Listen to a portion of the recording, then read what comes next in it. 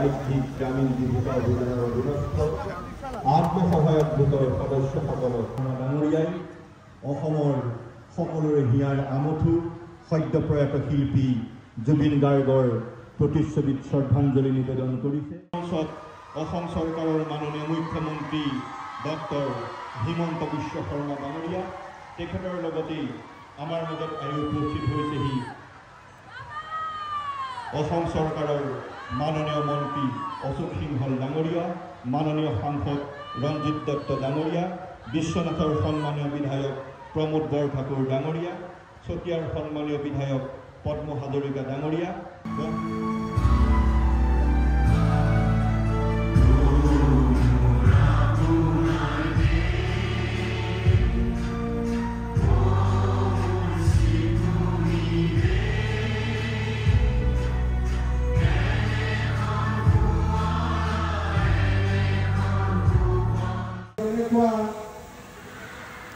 কিমান ভাল পিছফালে খবৰ বেয়া হাত ডাঙাই নাই দেখোন। সঁচাকৈ খবৰ ভালনে বেয়া? কেইটা বজাত আহিছে ৰাতিপুৱা? কেইটাত আহিছে? চাহ জলপান ঘৰত খাই আহিছে নে নাই আহা? নাই আহা। হে ভগৱান, সঁচাই খাই অহা নাই নে? এতিয়া আমি ঘূৰি যাওঁতে অলপ সময় লাগিব, হয়নে নহয়? ঠিক আছে, আজি অলপ কষ্ট হ'ব। সঁচাকৈ চেক লৈ যাব আজি। চেক নিদিয়াকৈ কোন যাব? হাত লগাওকচোন। আৰু চেক লৈ কোন যাব সেইখিনি হাত লগাওক। বাপৰে,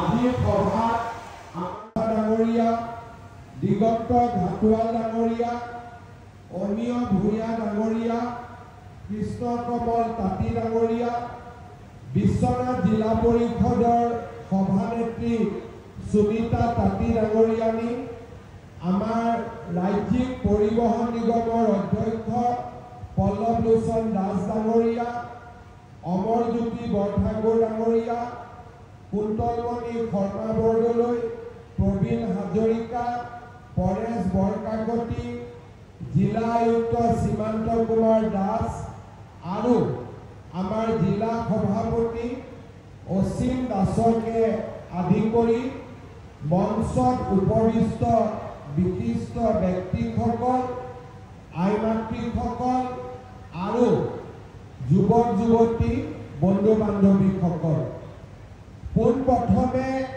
মই সকলোকে মোৰ নমস্কাৰ জনাইছোঁ আৰু প্ৰণাম জনাইছোঁ।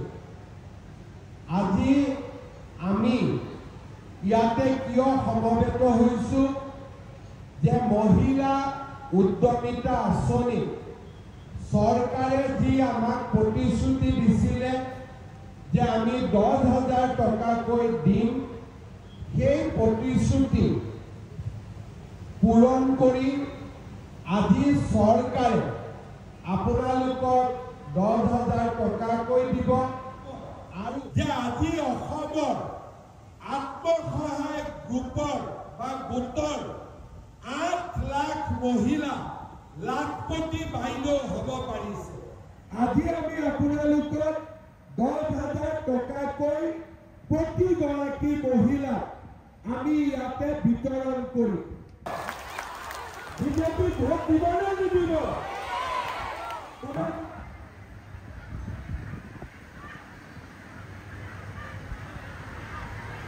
ইয়াৰ পাছতে আমন্ত্ৰণ জনাইছোঁ পূৰ্ণিমা শৰ্মা, তাৰ পাছতে আমি আমন্ত্ৰণ জনাইছোঁ সুনিতা দেৱী,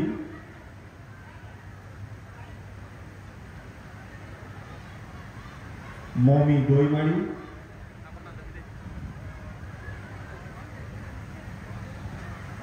চুমি বৰা শইকীয়া,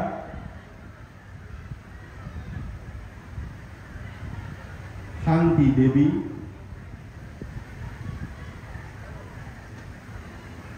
শান্তি দৈমাৰী, মৌচুমী বৰুৱা, ৰীতিমা তছা, জ্যোৎস্না কুমাৰ, নমিতা দাস, আঞ্জলিকা শইকীয়া, মূলাগাভৰু ভিঅ আৰু চন্দ্ৰকলা দেৱী বৈষ্ণৱী ভিঅ দুয়োগৰাকীকে আমি আমন্ত্ৰণ জনাইছোঁ। এয়া মণিমালা বৰুৱা, মালামণি বৰুৱা। আমি ইয়াৰ পাছতে আমন্ত্ৰণ জনাইছোঁ মূলাগাভৰু ভিঅৰ প্ৰজ্বলিকা শইকীয়া আৰু বৈষ্ণৱী ভিঅৰ চন্দ্ৰকলা দেৱী। আমাৰ পুঁজি বিতৰণৰ আনুষ্ঠানিক কাৰ্যসূচী ইমানতে সামৰণি পৰিছে।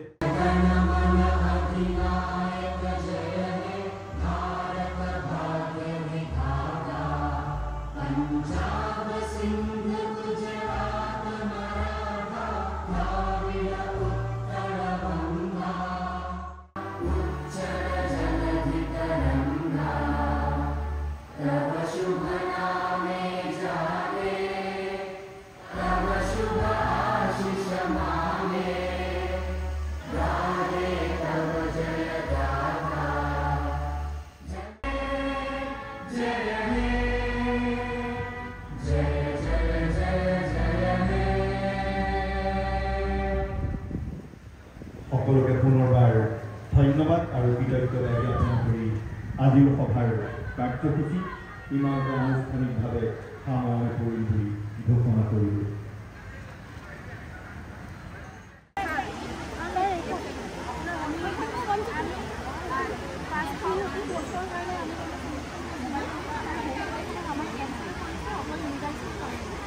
বাইদেউ এইটোতো কিবাটো নিয়ম আছে পাই, মইতো নাজানো, শিক্ষামন্ত্ৰীক সুধি ল'ম।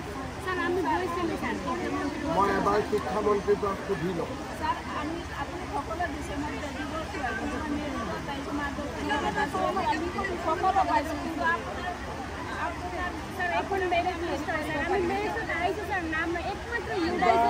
কিবা এইবিলাক কিবা কোৰ্ট কেছ চলি আছে, মই এবাৰ চাই লওঁ।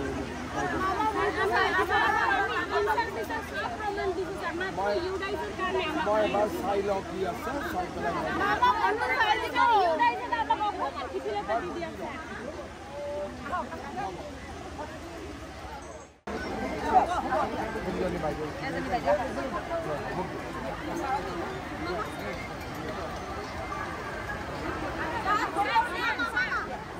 চাই ল'ম। কণ্টেক্ট কৰিলেতো তুমি মোক নাপাবা, মই নিজে বস্তুটো বুজি কৰি দিম।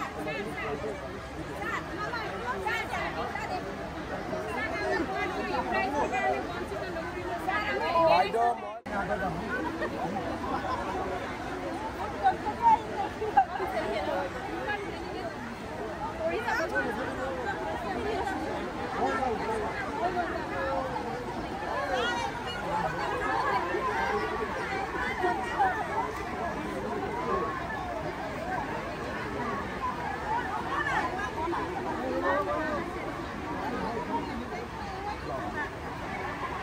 ভাল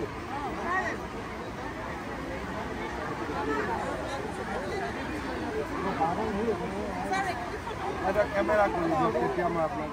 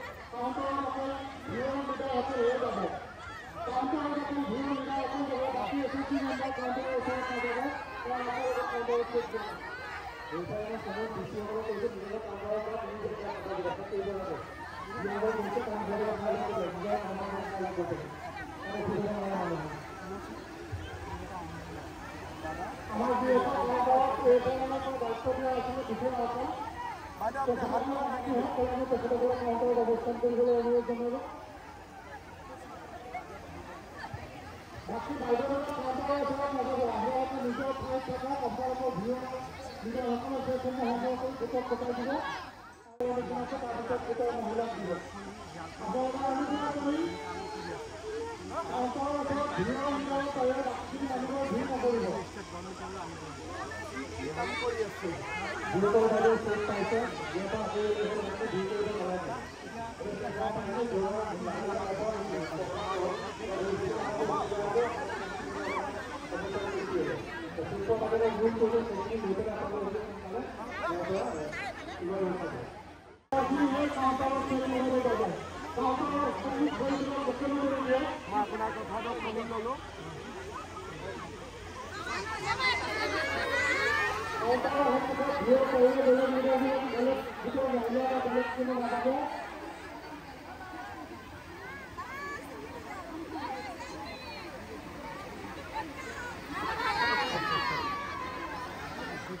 সংগ্ৰহ কৰাৰ লগে লগে আপোনালোকে কাউণ্টাৰত পৰা আঁতৰি যাব চেকৰ টপলা লোৱাৰ পিছত প্ৰিয় লিডাৰসকলে বিস্তাৰিত থকা সেইখিনি বিতৰণ কৰি থকা হৈছে কাউণ্টাৰ লোৱাৰ পিছত একমান ঘৰা কৰি দুইমান ঘৰা কৰি লেবাৰ দ্বিতীয় নম্বৰ নীতি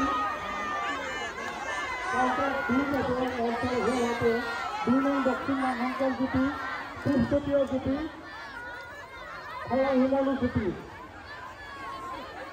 3 নম্বৰ কাউণ্টাৰ মন্ত্ৰৰ হোৱাতে বিশ্বনাথ ব্লকৰ 3 নম্বৰ কাউণ্টাৰ বুঢ়ীগাঁও নৰাবাৰী জ্যোতি মিউজিকৰ জ্যোতি বিশ্বনাথ 5 নং কাউণ্টাৰ বিহাৰী ওলাইছিল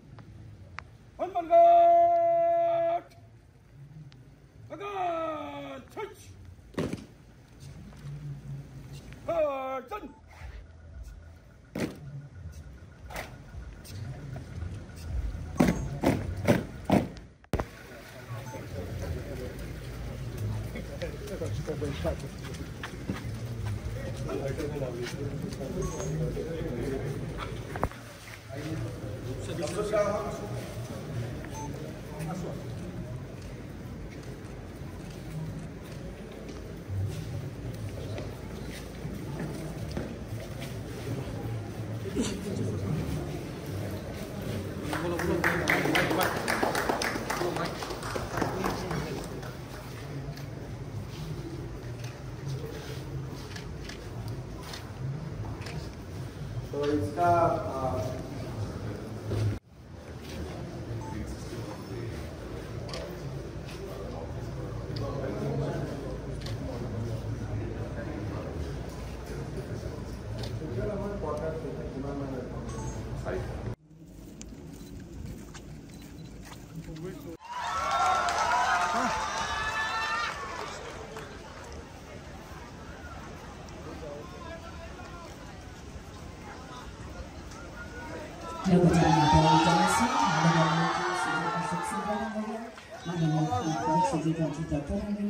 সন্মানীয় বিধায়ক ক্ৰমে শ্ৰী প্ৰমোদৰ ঠাকুৰ ডাঙৰীয়া শ্ৰী দিগন্ত ভিতৰে ডাঙৰীয়া শ্ৰী বৰুৱা ডাঙৰীয়া আৰু প্ৰতিজন সন্মানীয় অতিথি মঞ্চখন গ্ৰহণ কৰিবলৈ অনুৰোধ জনাইছোঁ।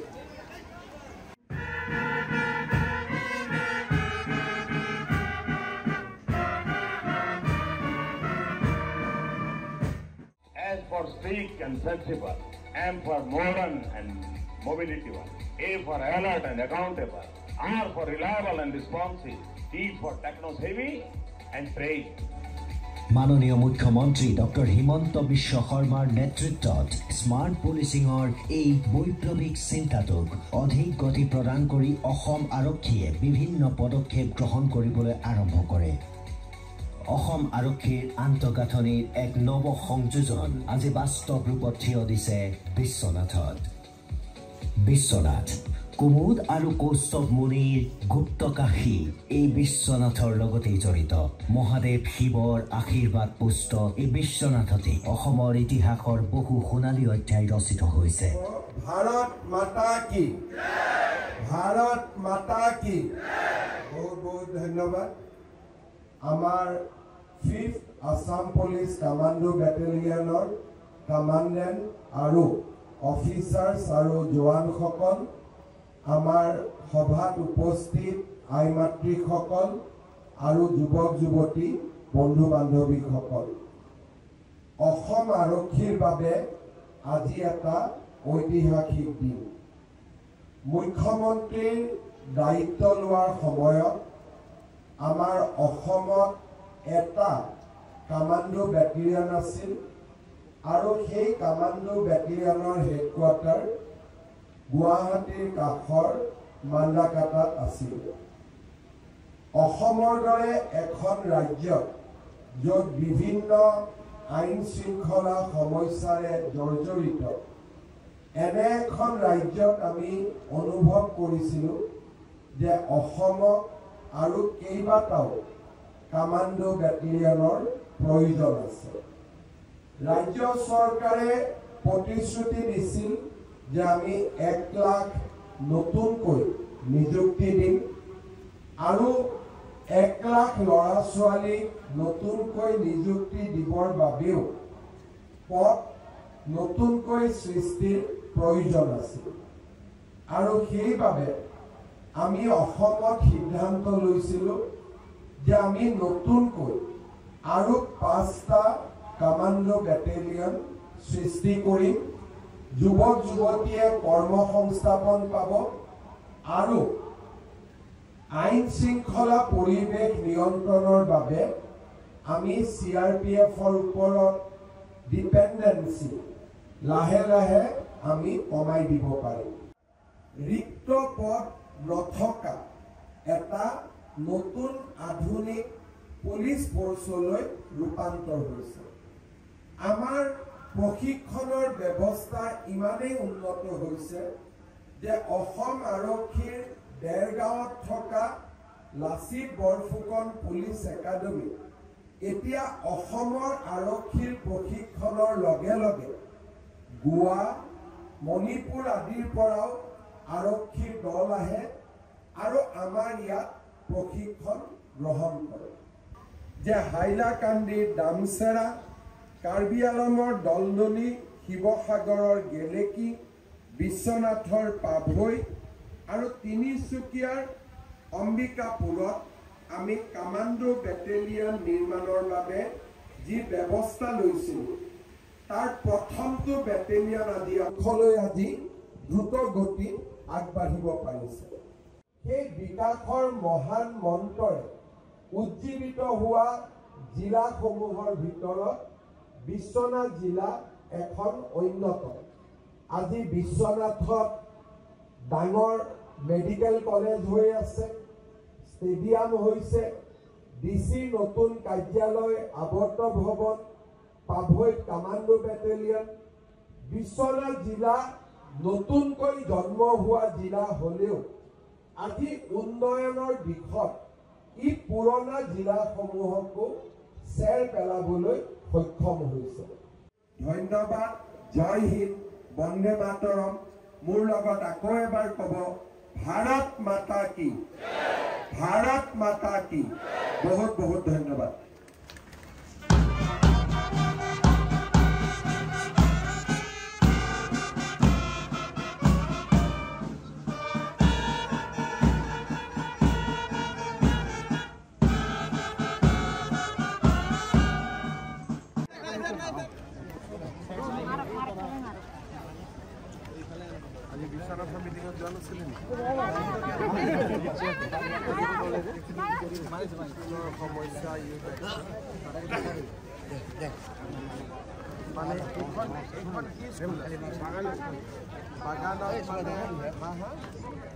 বাগানৰ পৰা দৰমহা পায়।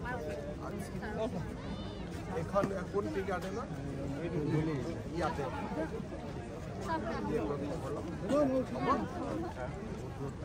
ধন্যবাদ ছাৰ। খবৰ ভাল?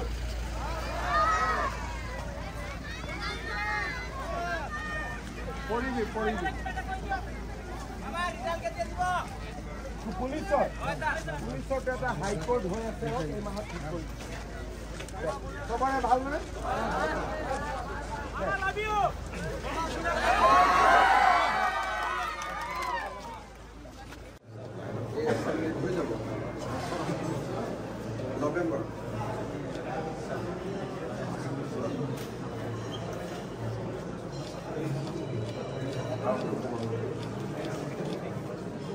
এতিয়া কোনো নতুন বিদেশীয়ে এইফালে যিটো এতিয়া যি হাজাৰমান মহিলাই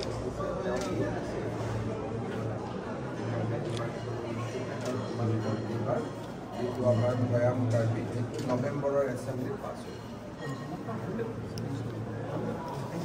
যেনেকৈ বিহালীত কৰিছোঁ তেনেকৈ কৰিম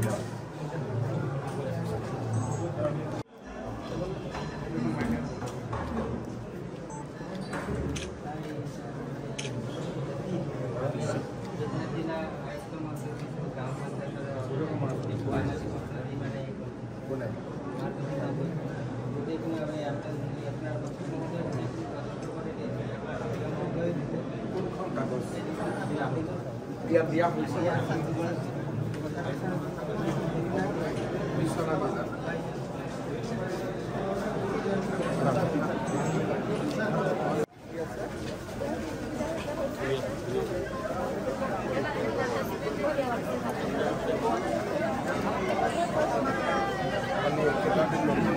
দিব লাগিব